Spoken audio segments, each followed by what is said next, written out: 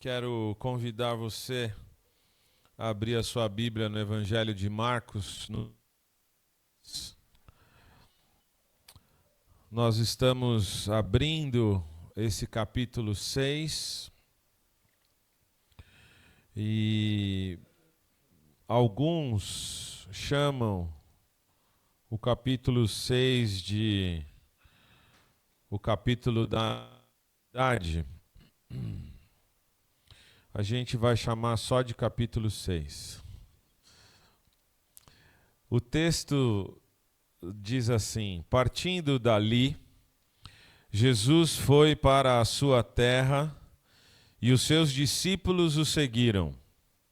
Chegando o sábado, começou a ensinar na sinagoga e muitos, ouvindo-o, admiravam-se, dizendo: de onde lhe vêm estas coisas? Que sabedoria é esta que lhe foi dada? Como se fazem tais maravilhas por suas mãos? Não é este o carpinteiro, irmão de Tiago, José, Judas e Simão? Não estão aqui conosco as suas irmãs? E escandalizavam-se nele. Jesus, porém, lhes disse: não há profeta sem honra, senão na sua terra, entre os seus parentes e na sua casa. Ele não pôde fazer ali obras maravilhosas, somente curou alguns poucos enfermos, impondo-lhes as mãos. E ele se admirou da incredulidade deles. Então percorria Jesus as aldeias circunvizinhas, ensinando. Que Deus nos abençoe nessa manhã, que possamos ser iluminados pelo Teu Espírito, ó Deus, para que possamos ver as maravilhas da Tua lei. Fica com todos nós, em nome de Jesus. Amém. Estamos andando no Evangelho de Marcos. Já ouvimos Deus acalmar a tempestade. Já ouvimos Deus curar um paralítico que foi descido por seus amigos. Já vimos Jesus fazer muitos milagres. E nas duas últimas pregações que tivemos aqui, vimos duas expressões muito importantes que contrastam fortemente com o que lemos na manhã de hoje. Vimos uma mulher que sofria de uma doença por 12 anos, uma perda de sangue por 12 anos. E dizia ela consigo mesma: se tão somente eu encostar na orla da sua roupa, eu serei curada. E aí então ela vence todo o preconceito social de ser uma mulher aparentemente sozinha, ou viúva ou solteira, de ser uma mulher doente com uma doença que lhe consideravam impura na sociedade daquela época, e mesmo assim ela rompe com essas barreiras e encosta em Jesus, ou pelo menos na sua roupa. E no desenrolar da conversa, Jesus se vira para essa mulher e diz: vai, a tua fé te salvou. Além de ter sido salva de seus pecados, aqui a palavra a tua fé te salvou está relacionada com a cura que ela obteve naquele momento. Mas no meio daquela confusão toda, no meio daquela multidão toda que andava se acotovelando, todo mundo amacetando Jesus ali no meio, aparece um homem, chefe da sinagoga em Cafarnaum, onde eles estavam. Um homem poderoso na sociedade, um homem vistoso naquela sociedade. Se a multidão que andava a Jesus possivelmente não tivesse tantos recursos, Jairo era o chefe da sinagoga. A roupa dele mostrava quem ele era. O jeito dele falar mostrava quem ele era. A maneira dele se comportar era de um chefe da sinagoga. O texto não diz, mas provavelmente, os amigos de Jairo, talvez outros chefes, estivessem ali vendo aquela confusão toda. E Jairo não está nem aí. Ele se ajoelha diante de Cristo, se prostra e pede para que Jesus cure a filha dele.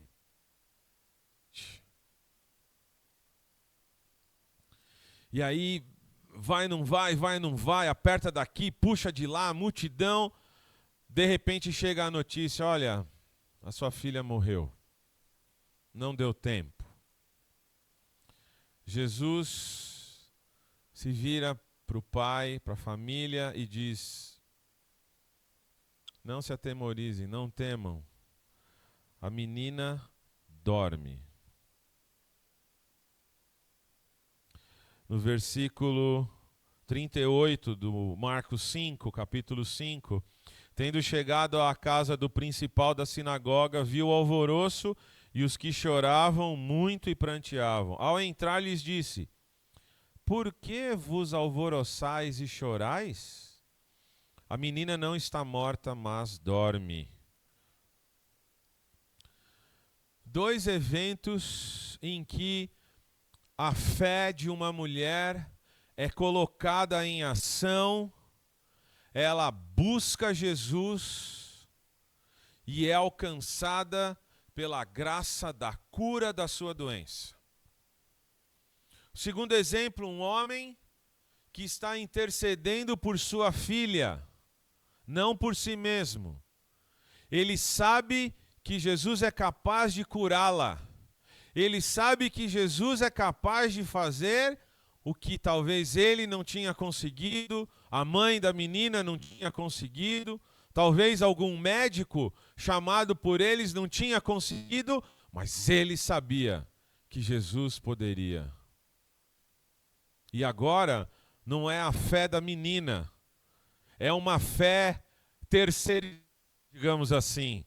É a fé do pai que está sendo posta em atividade a fim de procurar Jesus Cristo para curar a sua filha. Tadinha dessa menina, estava na cama. Mas ajuda para sua filha. Terminados todos, Jesus vai para a sua terra. Não para a sua terra natal, que é Belém, mas vai para a terra onde ele fora criado, onde ele cresceu. E aí ele volta para Nazaré. Ele é conhecido como Jesus, o Nazareno. Ele é conhecido como Jesus de Nazaré. Ele volta para Nazaré, sua terra, para ficar com os seus, mas não é uma visita familiar, porque os discípulos vão com ele.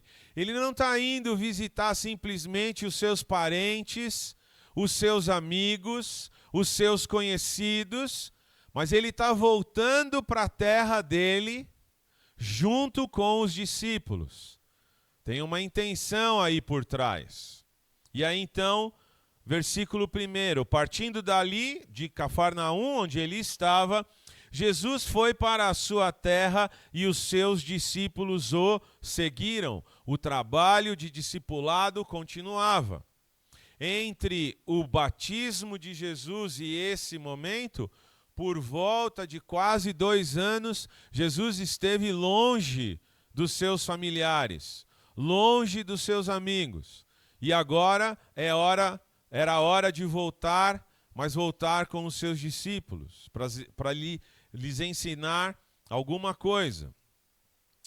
No versículo 2, nós vemos o seguinte: Chegando o sábado, começou a ensinar na sinagoga, e muitos, ouvindo, admiravam-se, dizendo... Os textos correlatos de Mateus e Lucas nos dão a informação de que ele foi para a sinagoga conforme sempre fazia. E aqui a gente precisa ter uma primeira aplicação. Muitas vezes, como cristãos, somos questionados a respeito de informações ou falta de informações da Bíblia, argumentos utilizados para desacreditar o texto bíblico. Não há nenhuma informação da vida de Jesus entre seus 12 anos e seus 30 anos, quando ele foi batizado por João Batista. Onde ele esteve, o que ele fez, por que ficou desaparecido, por que não tem nenhuma informação. A informação está aqui. Jesus viveu em Nazaré durante todo esse tempo antes de começar o seu ministério.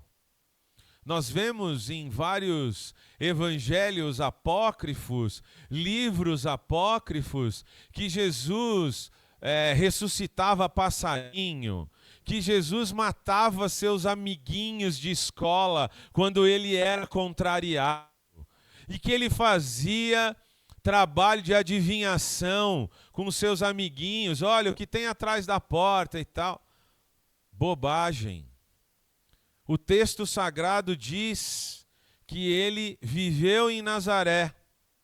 O texto sagrado diz que aquelas pessoas que viveram com Jesus, quando Jesus voltou para Nazaré, essas pessoas sabiam quem ele era. O texto no versículo 3 diz: não é este o carpinteiro, filho de Maria? Como se não bastasse saber a profissão que Jesus tinha exercido até seus 30 anos de idade. Aquelas pessoas que o conheciam desde criança usavam muito provavelmente a expressão filho de Maria por dois motivos. Ou porque provavelmente o pai, José de Jesus, já teria morrido, ou porque eles estavam querendo zombar de Jesus. Porque naquela época não era costume falar Jesus, filho de Maria, falaria-se Jesus, filho de José. Mas eles dizem não só isso, veja, irmão de Tiago, José, Judas e Simão, e estão aqui conosco as suas irmãs. Jesus era muito bem conhecido destas pessoas, sabiam o nome de seus irmãos, sabiam a sua profissão. Jesus viveu em Nazaré até seus 30 anos de idade. E o texto mostra isso com clareza. Mas o versículo 3 termina com uma afirmação de Marcos contundente. E escandalizavam-se nele. Seus familiares ficaram escandalizados com o próprio Jesus. Será que alguma vez nas nossas famílias nós fomos motivo de escândalo para os nossos familiares? Será que você já passou por alguma situação em que algum familiar seu trouxe motivo para esse tipo de comportamento? Será que você já se sentiu como essas pessoas, escandalizado?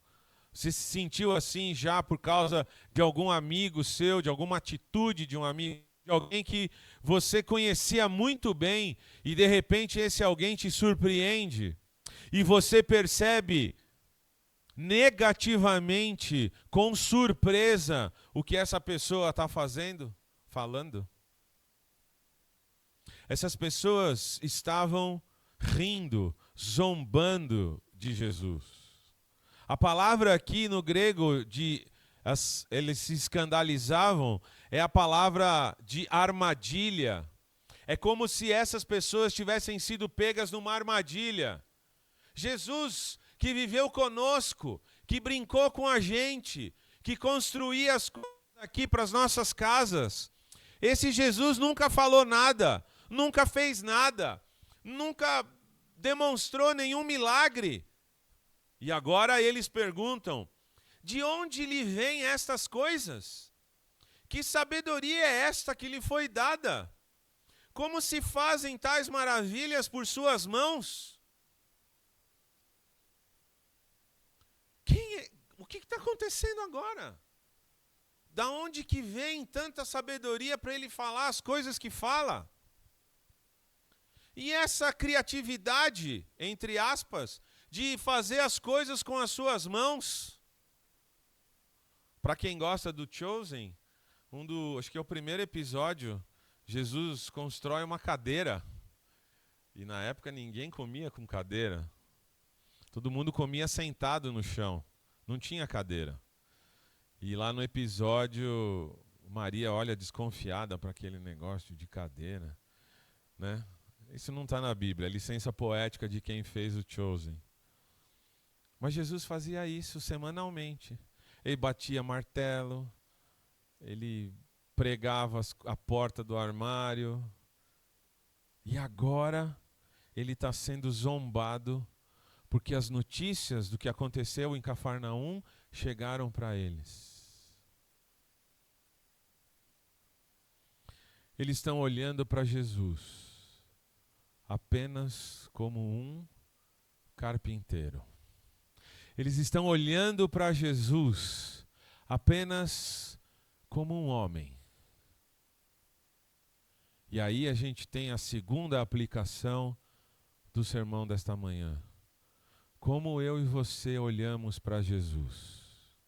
Ele é o nosso Salvador, apenas quando a água está aqui em cima e a gente não consegue mais se ver livre dos problemas. Aí eu oro e busco o seu poder. Ele é o meu mestre, mas nem sempre eu sigo os seus passos. Ele é o meu mestre, mas nem sempre eu dou atenção para o que ele fala e atropelo o processo, faço tudo do jeito que eu quero, coloco os pés pelas mãos e dá tudo errado. Como nós temos olhado para Jesus? O salmista profeticamente escreve: olharam para ele e foram curados.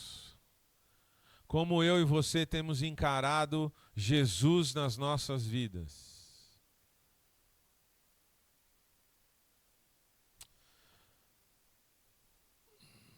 Em João 7, versículo 15, João escreve o seguinte: então os judeus se maravilhavam e diziam: como é que ele pode ser letrado se não chegou a estudar? Falando sobre Jesus, olha a incoerência. Eles estão maravilhados e ao mesmo tempo questionando o que eles estão ouvindo. Como assim? Se ele não chegou a estudar? Em João 6:42 lemos: e diziam: este não é Jesus, o filho de José? Por acaso não conhecemos o pai e a mãe dele? Como é que ele agora diz: desci do céu? Agora chegamos num ponto extremamente importante dessa perícope que estamos tratando, que é a incredulidade das pessoas. Jesus volta para a terra onde ele cresceu, seus familiares e seus amigos não o reconhecem como o Messias, desprezam o que ele tem feito, se escandalizam do que ele tem feito, e agora chegamos onde o grave pecado da incredulidade se faz presente. No versículo 4, Jesus diz: não há profeta sem honra, senão na sua terra, entre os seus parentes e na sua casa. Jesus está começando aqui a mostrar para essas pessoas que ele era profeta. Não adiantou ele ter ido na sinagoga, ter pego o rolo do livro de Isaías e ter lido o que ele leu sobre si mesmo. Vocês lembram do que foi lido naquela circunstância? No Evangelho de Lucas, capítulo 4, a gente tem o relato sinótico desse evento. E lá no versículo 17, nós lemos o seguinte: foi-lhe dado o livro do profeta Isaías. Ao abrir o livro, achou o lugar onde estava escrito: o Espírito do Senhor está sobre mim, pelo que me ungiu para evangelizar aos pobres. Enviou-me para apregoar liberdade aos cativos, dar vista aos cegos, pôr em liberdade os oprimidos e anunciar o ano aceitável do Senhor. Fechando o livro, devolveu ao assistente e assentou-se. Os olhos de todos na sinagoga estavam fitos nele.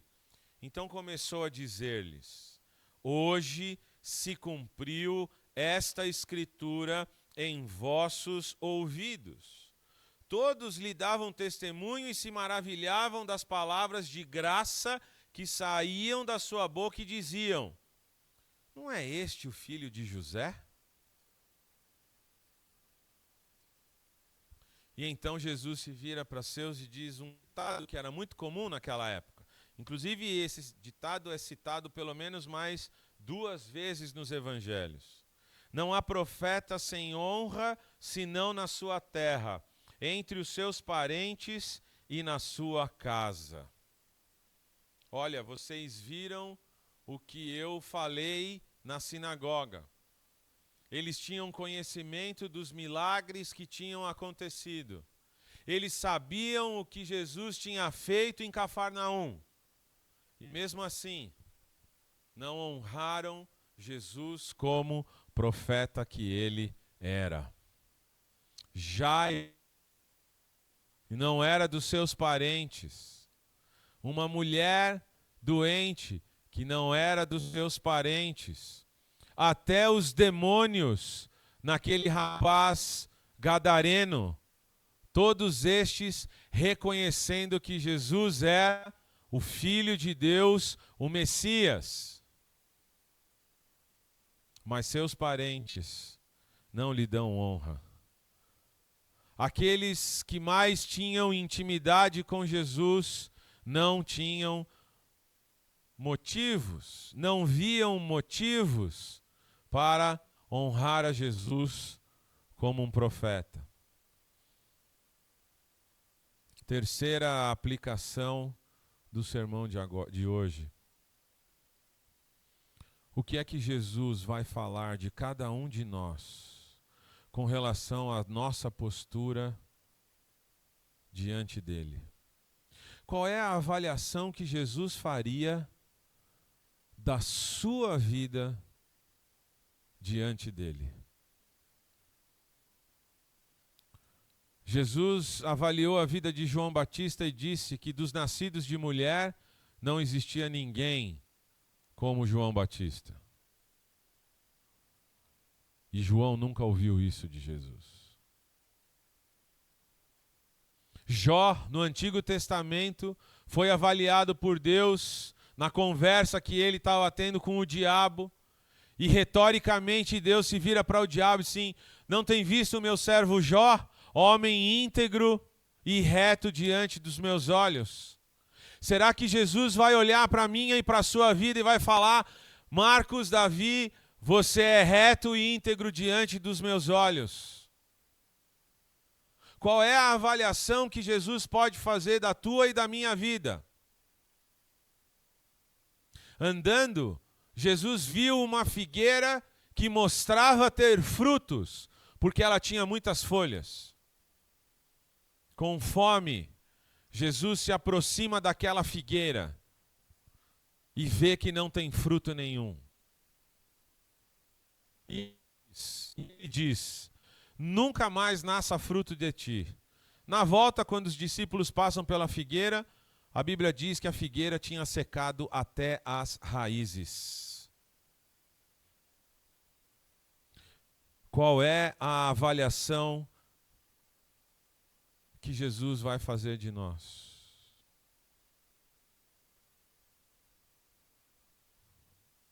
Mas o texto não para aí. Agora vem a parte mais interessante. Marcos escreve o seguinte: ele não pôde fazer ali obras maravilhosas, somente curou alguns poucos enfermos e impôs as mãos. O que pensar sobre esta frase escrita por Marcos? Primeiro, Marcos diz que ele não pôde fazer ali obras maravilhosas. Mas logo depois ele escreve, somente curou alguns poucos enfermos. Será que Marcos está, entre aspas, menosprezando algumas curas em relação a obras maravilhosas? Como acalmar a tempestade, ou como curar uma doença que demorava anos, ou ressuscitar alguém dos mortos? Será que Marcos está escalonando aqui os milagres? Será que ele diz que Jesus não pôde fazer ali obras maravilhosas, mas já que não pôde fazer obras maravilhosas, fez obras, qual que é o antônimo de maravilhoso? Obras comuns, obras sem grande destaque, obras que talvez merecessem a atenção das pessoas. É isso que Marcos está querendo colocar aqui em seu evangelho? Pode ser que uma cura, eu não sei nem como dizer, mas pode ser que a cura de uma doença seja um milagre menor do que a ressurreição de uma menina morta. Mas pergunta para aquela pessoa que foi curada daquela doença, se aquilo que Jesus teria feito com ela foi pouco. Pergunta para quem foi curado por Jesus e não ressuscitado. Pergunta para aquela pessoa se o que Jesus fez foi pouco. Um dos cegos que Jesus curou, disse o seguinte: o seu nome eu nem posso dizer, eu não sei quem ele é, eu só sei que agora vejo. O fato de Marcos ter escrito que Jesus não pôde fazer ali obras maravilhosas tem uma outra aplicação, tem um outro sentido, tem uma outra razão para Marcos escrever do jeito que ele escreveu.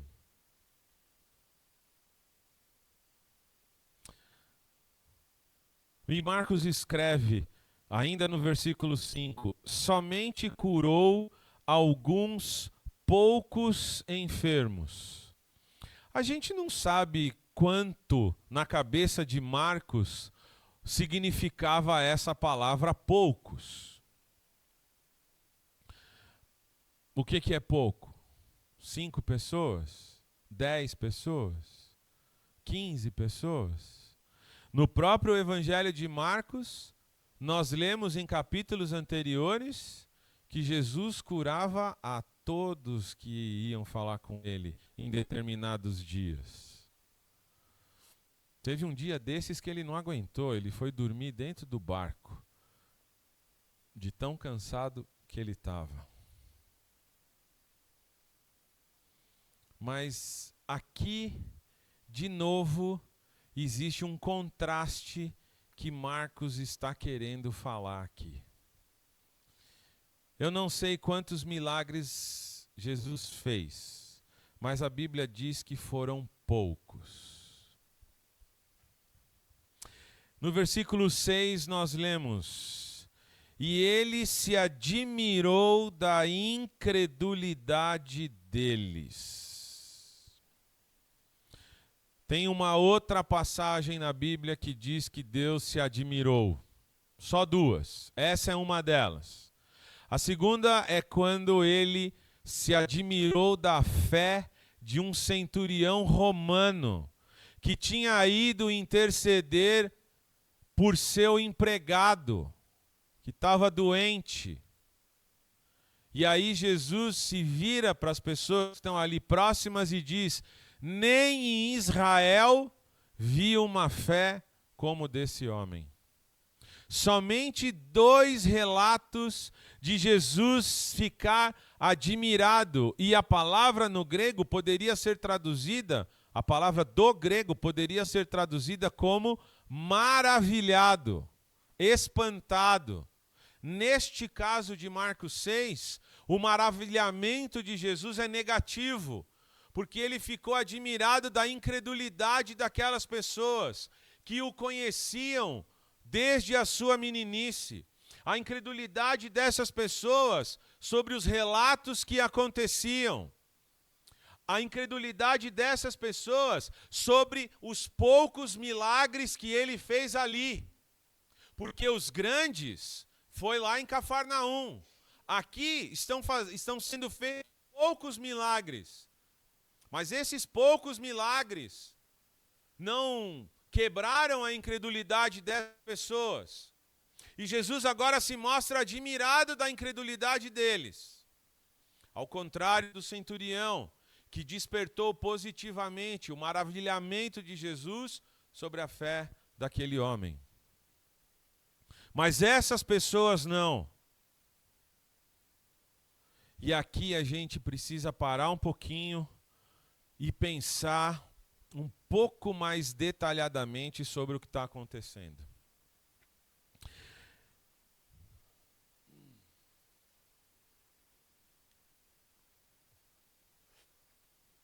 Jesus está com os seus naquela cidade. Ele vê a incredulidade das pessoas. Ele percebe que as pessoas não acreditam nele. E ele não faz nenhum milagre ali, como diz o texto de Marcos. Jesus precisava da fé das pessoas para fazer algum tipo de milagre. A questão é se é a fé da pessoa que faz o milagre acontecer.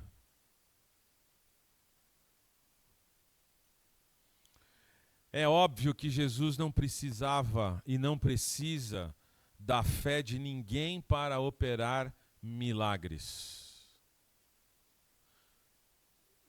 Não é como uma ferramenta, não é como uma chave de fenda, que para parafusar do jeito certo e apertado o parafuso, eu preciso de uma chave, ou de fenda, ou Phillips, ou chave Allen, específica para aquele parafuso, para que eu consiga fazer o que eu tenho que fazer.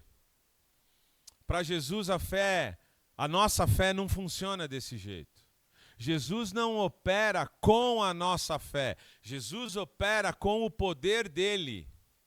E é preciso lembrar que toda a fé que o ser humano tem em Jesus Cristo é dom do próprio Jesus Cristo dado a cada um de nós.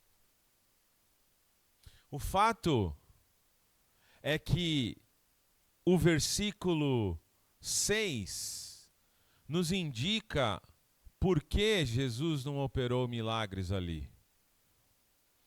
Ele se admirou da incredulidade deles e então percorria Jesus as aldeias circunvizinhas ensinando.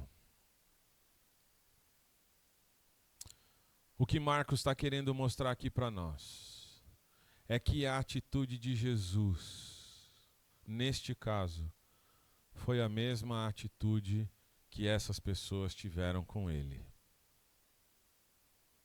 Vocês não creem em mim, então eu vou andar às aldeias circunvizinhas.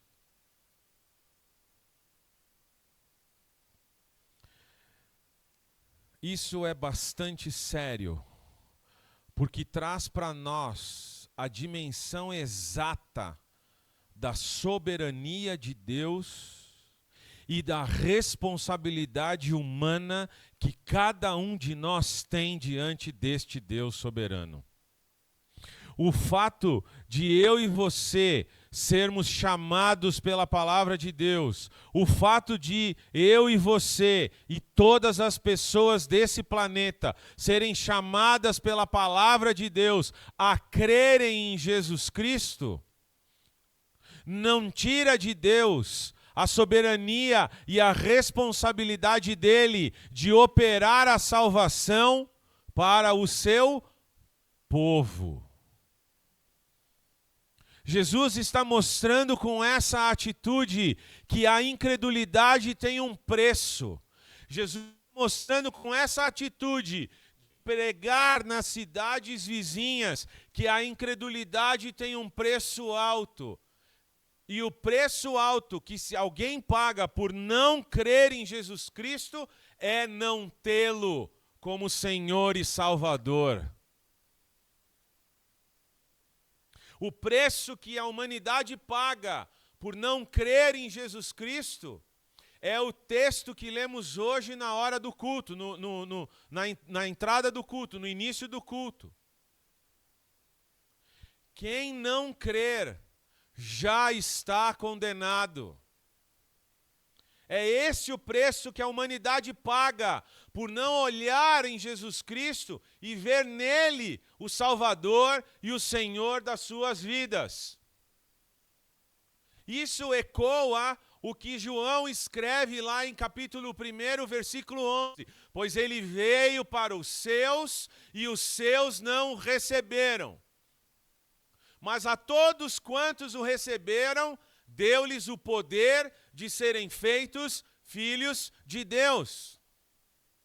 E estes que receberam o poder de serem feitos filhos de Deus, estes não nasceram da carne, nem do sangue, nem da vontade do homem, mas nasceram de Deus.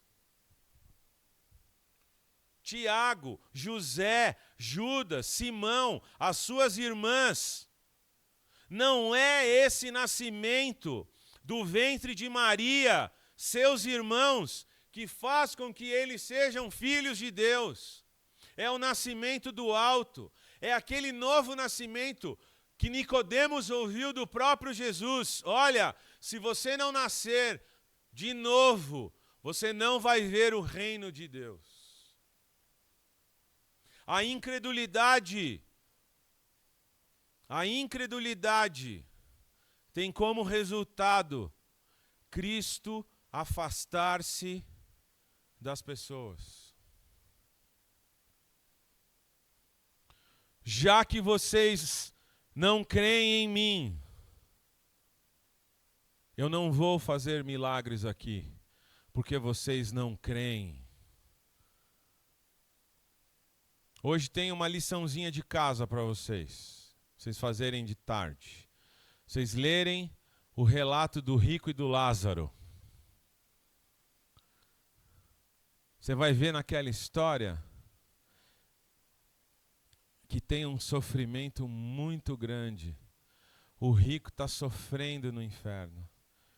E ele pede para que Lázaro pudesse avisar os seus parentes, para que eles mudem a maneira de vida deles e fujam do inferno. E Lázaro diz: os sinais que eles poderiam ter já lhes foram dados. E eles não creram. Eles não creriam nem se um morto ressuscitasse.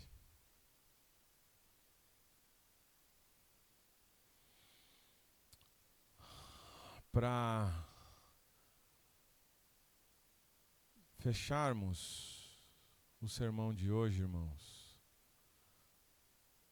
eu queria lembrar com vocês uma expressão bíblica que vem lá do Antigo Testamento. Um dia Elias estava sofrendo de depressão. Sofrendo de depressão, Elias. Tinha acordado. Era um dia quase que comum na vida do Elias. E ele se vê sozinho. Não tem ninguém adorando a Deus diante dele. E aí Deus conversa com ele e tem uma frase importantíssima. Reservei para mim 7.000 que não dobraram os seus joelhos diante de Baal. Elias, você não está sozinho, tem mais 7.000 com você, porque eu reservei esses para mim. A incredulidade das pessoas é vencida pelo poder de Jesus Cristo. Mas essa incredulidade é vencida pelo poder de Jesus Cristo. E nós somos o instrumento dele. É ele quem usa a sua igreja para chamar quem são os remanescentes dele. Portanto, cabe a mim e a você pregar o evangelho e viver uma vida que impacte as pessoas de tal maneira que a incredulidade delas seja transformada em fé para Deus.